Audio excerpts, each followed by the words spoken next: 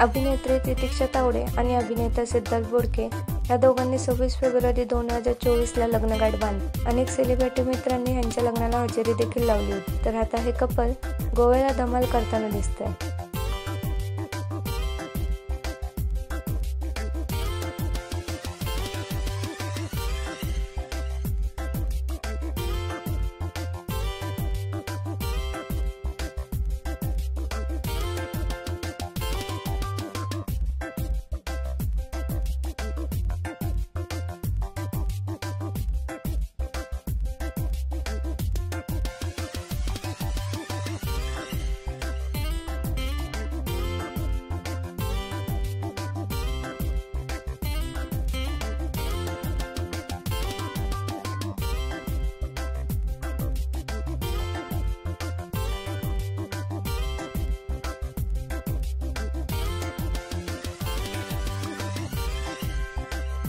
तुम्हाला सिद्धार्थ आणि तितिक्षाची ही गोव्यातली धमाल कशी वाटली हे आम्हाला कमेंटमध्ये नक्की सांगा।